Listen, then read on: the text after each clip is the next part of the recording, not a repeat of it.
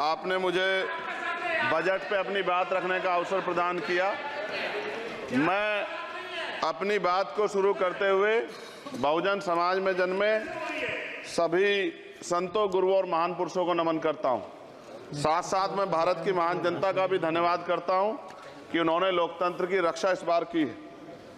सभापति महोदय, पिछले 10 सालों में सरकार की नीतियों के कारण गरीब और गरीब हुआ और अमीर हुआ है, यानी गरीबों और अमीरों के बीच फासला बढ़ गया है। सारे देश की संपत्ति को चंद अमीरों के हाथ में दे दिया गया है। ये हमारे संविधान की मंशा और समतावादी समाज के लक्ष्य के खिलाफ है। अतः हमारी नीतियां गरीबों के पक्ष में भी होनी चाहिए।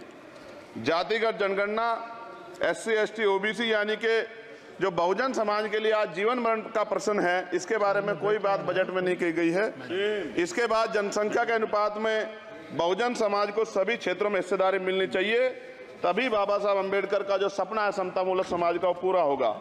महोदय, एक ऐसा विकसित भारत है जिसमें आज भी सफाई कर्मचारी को पक्की नौकरी नहीं मिल रही है और उसको गटर में उतरने के लिए मजबूर किया जा रहा है। उनके लिए कोई अलग से बजट नहीं है। बजट बन सकता है अगर सरकार चाहे।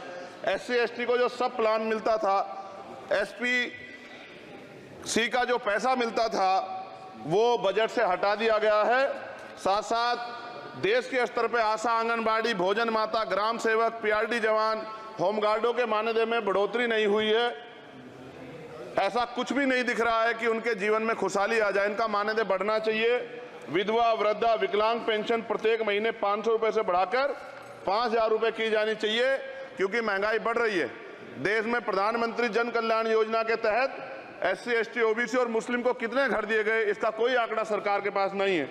देश में इसी तरह SC, ST, OBC के लिए कितने परिवारों को शौचालय की व्यवस्था कराई गई। आज भी सिद्धार्थनगर जैसे जिले और तमाम जिले जो हैं, वहाँ शौचालय की व्यवस्था नहीं है। इस पर ध्यान देना चाहिए। देश भर में SC, ST, OBC के जो रिक्त पद पड़े हुए हैं, बैकलॉग भरना चाहिए। सरकार ने कुछ नहीं कहा। ये कैसी विश्व की 5वीं अर्थव्यवस्था है जिसमें आज भी SC, ST पर अत्याचार हो रहा है, महिलाओं के साथ रेप हत्या हो रही है। NCRB का डाटा पढ़ेंगे तो खून के आंसू रोने पड़ेंगे। युवा बेरोजगार है, सड़कों पे 80 करोड़ लोगों को 5 किलो राशन में जीवन यापन करना पड़ रहा है। जो बजट SC, ST को मिलता है, मेरे दाएं तरफ जो साथी बैठे उनको बुरा लगेगा, कर्नाटक में 14,732 करोड़ रुपए इन्होंने दूसरी योजना में लगा दिए और मध्य प्रदेश में आपने 95 करोड़ रुपए जो है दूसरे बजट में लगा दिए। हमारा जो मिलता है उसको तो मत छीनो भाई। MSP की लीगल गारंटी कोई बात नहीं हुई है। किसानों को जो 6000 रुपए मिलते हैं उसको बढ़ा के 12000 रुपए करना चाहिए और फसल बीमा जो है उसका सारा प्रीमियम सरकार भरे, किसानों पर बोझ ना लगे। रिजर्वेशन प्रमोशन में लागू नहीं किया गया, पुरानी पेंशन को बहाल नहीं किया गया, इस पर चर्चा नहीं हुई। देश में मनरेगा समय न्यूनतम मजदूरी की दर 700 रुपए होनी चाहिए। समान काम समान वेतन पॉलिसी लागू होनी चाहिए। जो रसोई की चिंता करते हुए 500 रुपए प्रति सिलेंडर से ज्यादा के दाम नहीं होने चाहिए, जो महिलाओं को राहत मिल सके। बिजली के दामों में भी कमी होनी चाहिए। बेरोजगार युवाओं को 5000 रुपए भत्ता मिलना चाहिए, जो बेरोजगार युवा जो है अपनी पढ़ाई या अपना खर्चा उठा सके। मैं अपने क्षेत्र के विषय में महोदय आपसे कहना चाहता हूं कि पश्चिम यूपी में नगीना में एक एम्स बनना चाहिए, एक IIT बननी चाहिए, एक IIM बनना चाहिए। नगीना लोकसभा में उद्योग धंधे लगने चाहिए। नगीना की कताई मिल जो है उसको पुनः शुरू कराना चाहिए। RRTC जो योजना है सरकार की, उसको मेरठ से आगे बढ़ाकर मुजफ्फरनगर, सहारनपुर से नजीबाबाद, नगीना होते हुए उसको नगीना तक ले जाना चाहिए। साथ साथ नजीबाबाद से मुंबई के लिए एक ट्रेन चलनी चाहिए और नगीना, श्योरा, किरतपुर में रेलवे के ओवरब्रिज बनने चाहिए। सभापति महोदय, सामाजिक न्याय मंत्रालय को 13,000 करोड़ रुपए दिए गए और जनजाति कार्य मंत्रालय को 13,000 करोड़ रुपए दिए, कुल 26,000 करोड़ रुपए। जो कुल बजट 48.20 लाख का लगभग 0.54% है, जबकि हमारी संख्या 25% से ज्यादा SC, ST की और बहुजन समाज की मिलाओगे तो 85% से ज्यादा है। और हमारे विकास के लिए सरकार 1% पैसा खर्च कर रही है, जो मिलना हमें चाहिए, जबकि मिलना हमें 25% चाहिए। ये ऊंट के मुंह में जीरा के समान है, कहावत हमने बहुत दिन सुनी थी। पिछले लंबे समय से हमारे साथ धोखा हो रहा है, लेकिन अब ये नहीं चलेगा। चंद लोगों की तराजू से देश के संसाधन नहीं बटेंगे। इस देश का बहुजन समाज बर्दाश्त नहीं करेगा।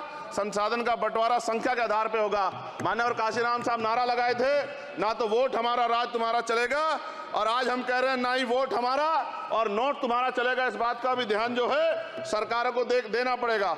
आपके माध्यम से सरकार से मेरी एक मांग है, सरकार इस योजना का लाभ भी अपने आप ले ले, सरह भी ले ले। कि 1 लाख रुपए सालाना बहुजन समाज के अत्यंत गरीब परिवारों को दे। 10 लाख करोड़ रुपए खर्च होंगे, लेकिन इस 1 लाख रुपए की योजना से एक झटके से परिवार गरीबी की रेखा से ऊपर आएगा और इनके बच्चों को कुपोषण खत्म होगा, अच्छी शिक्षा मिलेगी, महिलाओं को सम्मानजनक जीवन मिलेगा और इससे वास्तव में सबका साथ सबका विकास का नारा सार्थक होगा। अगर प्रश्न ये होगा कहां से आएगा, तो उसका जवाब ये है कि जब अमीरों का 16 लाख करोड़ रुपए माफ हो सकता है, कॉर्पोरेट टैक्स का घटाकर लाखों करोड़ रुपए का चूना सरकारी खजाने को लगाया जा सकता है, पेट्रोल डीजल के दाम 10 गुना एक्साइज ड्यूटी बढ़ाई जा सकती है, तो गरीबों को सरकार पैसा क्यों नहीं दे सकती। महोदय, समय आ गया है, अब निजी क्षेत्रों में आरक्षण की व्यवस्था होनी चाहिए। SC ST OBC को निजी क्षेत्रों में आरक्षण मिलना चाहिए। और मेरी आपसे ये भी मांग है, क्योंकि अब समय की मांग है और देश तेजी से आगे बढ़ रहा है, तो मैं कहूंगा कि सरकार का जो सबका साथ सबका विकास का नारा लगभग वो असत्य महसूस होता है, क्योंकि अल्पसंख्यकों में मुसलमानों, जैनों, सिखों, बुद्धिस्टों के लिए कुछ दिख नहीं रहा, उनकी कल्याण कोई योजना नहीं है। मदरसों को जो बजट मिलता था वो कम कर दिया गया है, आर्थिक तंगी से लोग मर रहे हैं, इंटर्नशिप की बात हुई है, परमानेंट रोजगार नहीं है। और दिल्ली में क्या हुआ बच्चों के साथ कल, उनकी सुरक्षा की जिम्मेदारी क्या है? वो आए तो बनने थे IAS IPS और बन क्या गए, लाशें बन के गए, यहाँ से कोई ध्यान नहीं दे रहा है, किसी की नजर नहीं है। साथ साथ मैं आपसे ये भी आग्रह करूंगा कि हम ग्रामीण क्षेत्रों से आए लोग देश से बड़ा प्रेम करते हैं और हम ये महसूस करते हैं कि सरकारें हमें सुनेंगी, सरकारें हमारे बारे में सोचेंगी, लेकिन ऐसा महसूस हो जाता है आज़ादी के 75 साल बाद, और जिसको अमृतकाल कहा जा रहा है, आज भी SC ST OBC के लोगों पर अत्याचार हो रहा है। अभी 2 दिन पहले गोली से उड़ा दिया गया गाजियाबाद में और राजस्थान में गर्दन काट दी गई। ये घटनाएं देख कर डर लगता है, घर से निकलते हुए भी कि आने घर वापस लौटेंगे नहीं लौटेंगे। तो मेरा सरकार से आग्रह है, अगर आज़ादी के 75 साल बाद भी हमारी हत्या हो रही है, तो हमारी मां को भी दर्द हुआ होगा जब उसने हमें पैदा किया हो, हमारी बहनों को भी हमारे खोने का दर्द होता होगा। कैसी कानून व्यवस्था है आपकी, सब कुछ है आपके पास, फिर भी जो है महिलाओं पर रेप नहीं रोक पा रहे हो, हत्याएं नहीं रोक पा रहे हो, गरीबों, दलितों, पिछड़ों, किसानों, मजदूरों की जान नहीं बचा पा रहे हो। किसान सुसाइड कर रहा है, नौजवान सुसाइड कर रहा है, और बड़ी बड़ी बातें होती हैं, इधर भी अच्छे लोग हैं, इधर भी अच्छे लोग हैं, लेकिन अच्छाई तब होगी जब जमीन पे भी कुछ काम दिखाई देगा। और जमीन पे महोदय कोई काम दिखाई नहीं दे रहा है। जब कोई योजना की बात आती है तो सरकार हमसे मुंह मोड़ लेती है। आप बताइए, एजुकेशन का बजट कम कर दिया, हेल्थ का बजट कम कर दिया। मैं अपने क्षेत्र में गया तो आप विश्वास कीजिए, डॉक्टर नहीं है, स्कूल में मास्टर नहीं है, और कोई भर्ती ऐसी नहीं जिसका पेपर लीक नहीं होता है।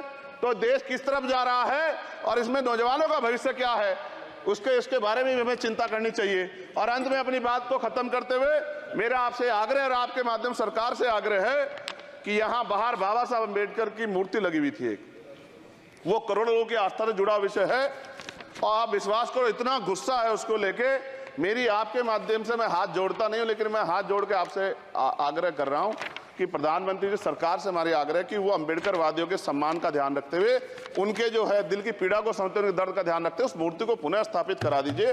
अगर इसमें कोई राजनीतिक कारण अलग बात है, लेकिन मैं कंक्लूड कर रहा हूं। हमारी हर वीडियो सबसे पहले देखने के लिए चैनल को सब्सक्राइब करके दबाएं बेल आइकॉन।